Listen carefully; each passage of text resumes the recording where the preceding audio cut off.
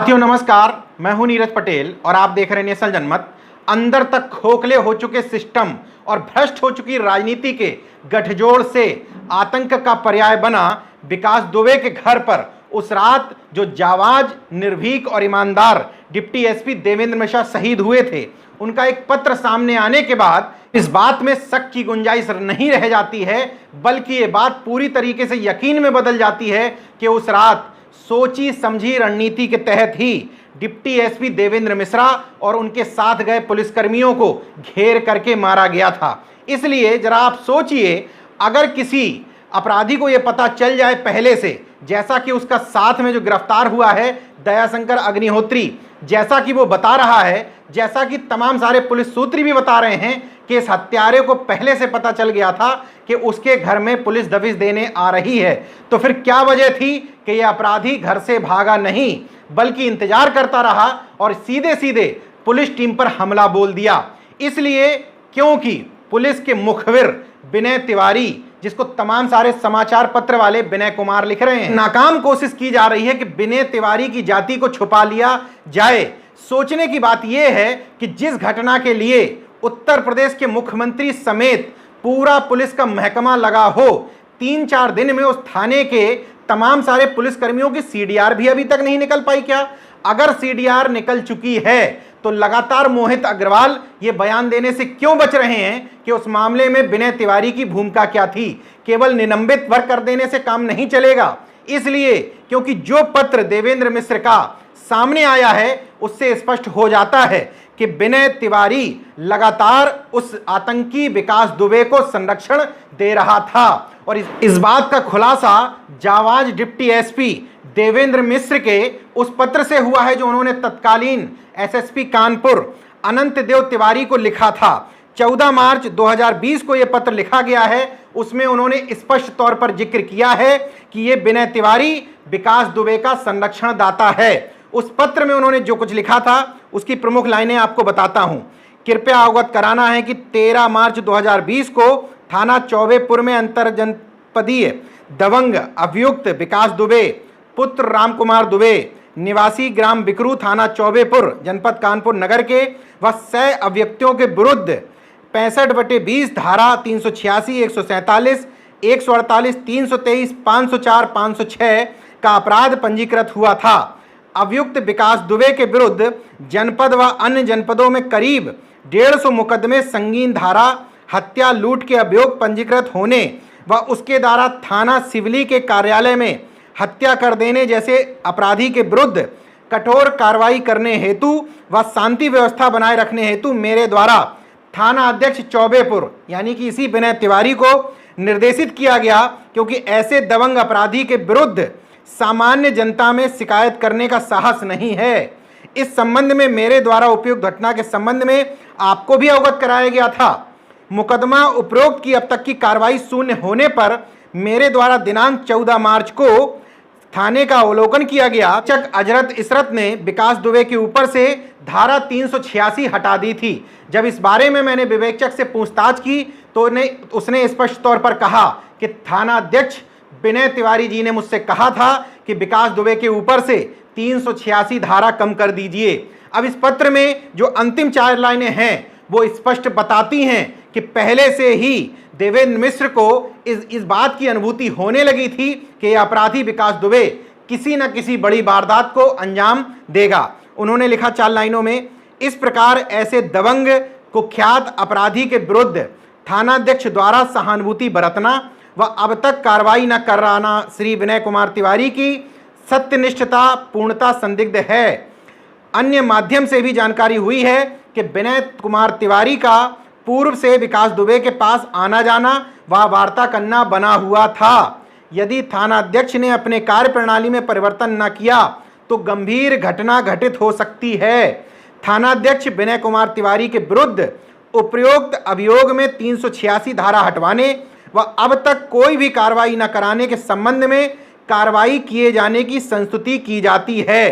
तो सवाल है सबसे पहले एसएसपी अनंत देव तिवारी से, जिनका एक ऑडियो भी वायरल हो रहा है जिसमें सीधे सीधे डिप्टी एसपी देवेंद्र मिश्र इस थानाध्यक्ष की कारगुजारी से उनको अवगत करा रहे हैं। इसके बाद भी इसके ऊपर कार्रवाई क्यों नहीं की गई थी? ये सीधे सीधे सवाल है। नए एसपी भी पहुंच गए, 4 महीने से ज्यादा बीत गए इस पत्र को दिए हुए, फिर भी ये थाना अध्यक्ष उस थाने पर जमा हुआ क्यों था? अभी तक विनय तिवारी को केवल सस्पेंड किया गया है, जबकि ये सस्पेंड पहले ही हो जाना चाहिए था। 8 से ज्यादा पुलिस वालों की मौत हो चुकी है, इसको बर्खास्त हो जाना चाहिए था, इसको जेल की सलाखों के पीछे चला जाना चाहिए था। लेकिन आईजी मोहित अग्रवाल अभी भी केवल इतना कह पा रहे हैं कि सीडीआर की जांच चल रही है, उसमें जो भी दोषी पुलिस वाले होंगे उनको बख्शा नहीं जाएगा। इतना पता लगाने में इतना टाइम लग जाता है क्या कि उस दिन आखिर उस विकास दुबे को फोन थाने से किसने किया था? इसी विनय तिवारी की सीडीआर निकाल लेते तो अभी तक स्थिति स्पष्ट हो जाती। लेकिन अभी तक पुलिस महकमा ये बताने को तैयार नहीं है कि आखिर इस मामले में किसी पुलिस वाले की गिरफ्तारी क्यों नहीं की गई। ये और कहते हैं आईजी मोहित अग्रवाल, एक तरफ खबर चलाई जाती है कि एसटीएफ ने विनय तिवारी को हिरासत में ले लिया गया है, अगले पल ही वो बताते हैं कि हिरासत में नहीं लिया है, सस्पेंड किया है, अभी विवेचना चल रही है। क्या वजह है कि कानून मंत्री ब्रजेश पाठक का लगातार नाम आने के बाद, फोटो वायरल होने के बाद, एक रिटायर्ड आईएएस वर्तमान आईपीएस जो आईजी स्तर के हैं उनके सीधे सीधे आरोप लगाने के बाद, डीजीपी को पत्र लिखने के बाद भी इस मामले में न मीडिया कुछ बोलती है, ना पुलिस कुछ बोलती है, ना ही मुख्यमंत्री योगी आदित्यनाथ कुछ बोलते हैं? क्या वजह है कि इस मामले में अनंत देव तिवारी के अलावा लखनऊ के उसके घर से सरकारी नंबर की एम्बेसडर मिलती हैं? पहले थ्योरी ये बताई जाती है कि नीलामी में खरीदी हुई गाड़ियां हैं, इसके बाद अचानक से विनीत पांडे नाम के एक शख्स सामने आते हैं, वो एफआईआर दर्ज करवाते हैं विकास दुबे और उसके भाई पर, कहते हैं कि उसको डरा धमका करके ये गाड़ियां उससे छीन ली थी। क्या ये पुलिस की थ्योरी पर आप भरोसा कर सकते हैं? अगर किसी व्यक्ति के साथ ऐसा होता है तो पुलिस ये मानती है कि पहले आपको एफआईआर दर्ज करवाना चाहिए। जब किसी अपराध में गाड़ियां पकड़ जाएं, उसके बाद की हुई एफआईआर सामान्यतः पुलिस वाले नहीं मानते हैं। तो इस मामले में विनीत पांडे की बाद में करवाई हुई एफआईआर को मान्य क्यों किया जा रहा है? सवाल यह भी है कि वो गाड़ी जो औरैया से फोर्ड गाड़ी मिली थी जिसमें लिखा हुआ था संघ परिवार और पीछे किसी हिंदू संगठन का नाम लिखा हुआ था, वो गाड़ी लखनऊ में किसी अमित दुबे के नाम की बताई जा रही थी। उस गाड़ी के बारे में भी अभी तक डिटेल सामने क्यों नहीं लाई जा रही है? अनुपम दुबे नाम के एक शख्स को, जिसको फर्रुखाबाद का एक बड़ा अपराधी बताया जाता है, उसको अपने गुर्गों के साथ सीतापुर से गिरफ्तार किया जाता है। उस अनुपम दुबे का और इस विकास दुबे का कनेक्शन क्या है, ये भी अभी तक क्यों नहीं बताया जाता है? कुल मिलाकर के इस सिस्टम में बेहद मजबूत और जातिवादी जाति के होने की वजह से विकास दुबे के संरक्षणदाता एक आध नहीं हैं, कई नाम खुल करके सामने आ रहे हैं। विडंबना यह है कि राष्ट्रीय स्वयंसेवक संघ और भारतीय जनता पार्टी का भी इसी जाति से गहरा नाता और ताल्लुक रहा है। इसलिए बेहद ईमानदार डिप्टी एसपी देवेंद्र मिश्र और तमाम सारे पुलिसकर्मी जो उस दिन शहीद हुए थे, उनकी शहादत के बाद भी अभी तक इस विकास दुबे के संरक्षणदाता कम नहीं हुए हैं, क्योंकि जातिवाद ऐसी लाइलाज बीमारी है जो किसी को हो जाए तो मरते दम तक साथ नहीं छोड़ती, क्योंकि उसका छुटकारा पाने की कोई दवा अभी तक नहीं बनी है।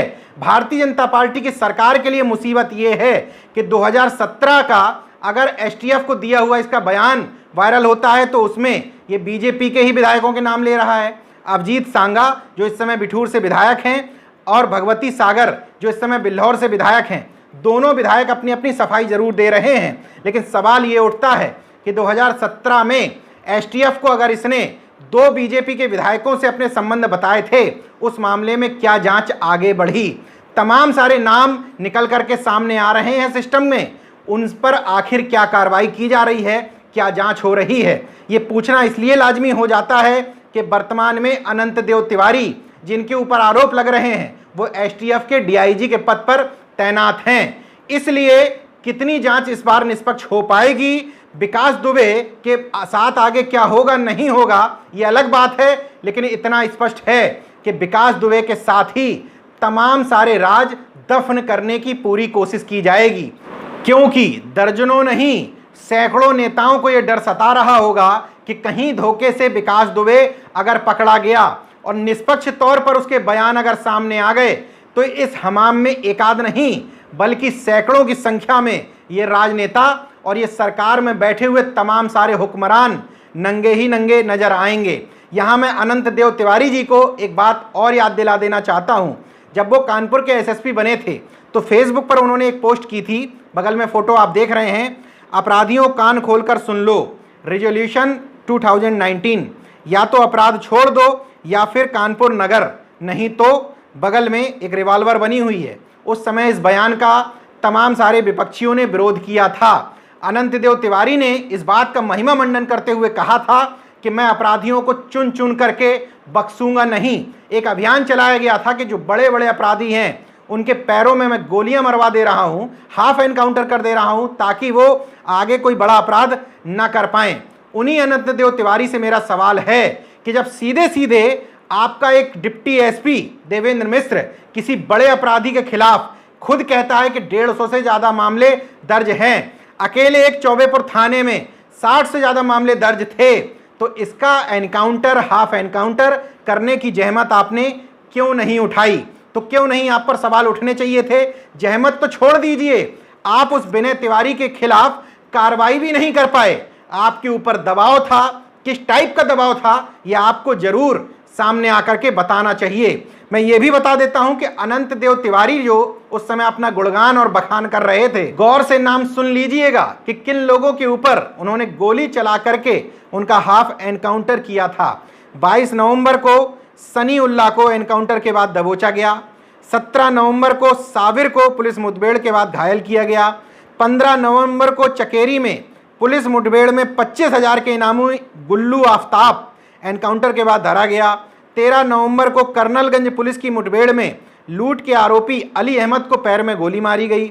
सचेंडी पुलिस ने 10,000 के इनामी विनय कश्यप को मुठभेड़ में दबोचा, बदमाश को गोली लगी थी। 12 नवंबर को कल्याणपुर पुलिस की लूट के आरोपी गोली से मुठभेड़ हुई, गोली पैर में लगी।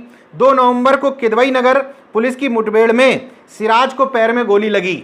अन्य तमाम सारे नाम एक खास वर्ग, खास समुदाय के हैं। मैं पूछना चाहता हूं इस पुलिसिया सिस्टम से कि जब एनकाउंटर करते हो, जब हाफ एनकाउंटर करते हो, तो तुम्हारी रेंज से ये विकास दुबे जैसे बड़े बड़े अपराधी जो आतंक का पर्याय बन चुके हैं, इसके एक सहयोगी अनुपम दुबे जिनको कल ही अरेस्ट किया है, बताया जाता है कि इसके ऊपर भी 60-70 से ज़्यादा मामले दर्ज हैं। तो ये लोग तुम लोगों की नज़रों से ओझल क्यों हो जाते हैं? देखते रहिए नेशन जनमत, जागरूक और सजग बने रहिए। इस मामले की एक एक कड़ी को देखते रहिए, आपको समझ में आएगा। इस देश में अपराध, अपराधी, थानाध्यक्ष, एसएसपी, डीजीपी सबकी जाति है और सभी लोग कहीं ना कहीं उस जातिवाद से प्रेरित होकर के ऐसे अपराधियों को बढ़ाने में महत्वपूर्ण भूमिका अदा करते हैं। कुल मिलाकर के नेशनल जनमत फिर से अपील करता है मुख्यमंत्री योगी आदित्यनाथ से कि डिप्टी एसपी देवेंद्र मिश्रा समेत थानाध्यक्ष और उन पुलिसकर्मियों की शहादत को जाया मत जाने दीजिए। विकास दुबे के मामले में जो भी दोषी हो, जो भी आरोपी हो, जिसने खेर करके उस दिन शहीद करवा दिया देवेंद्र मिश्रा को, उन तमाम सारे आरोपियों को सख्त से सख्त सजा मिलनी चाहिए। जय विज्ञान, जय संविधान, जय लोकतंत्र। धन्यवाद। अगर आपने मेरा YouTube चैनल सब्सक्राइब नहीं किया तो प्लीज़ सब्सक्राइब कर लें और उस बेल आइकन पर जरूर क्लिक करें, जिससे जो मेरे न्यू वीडियो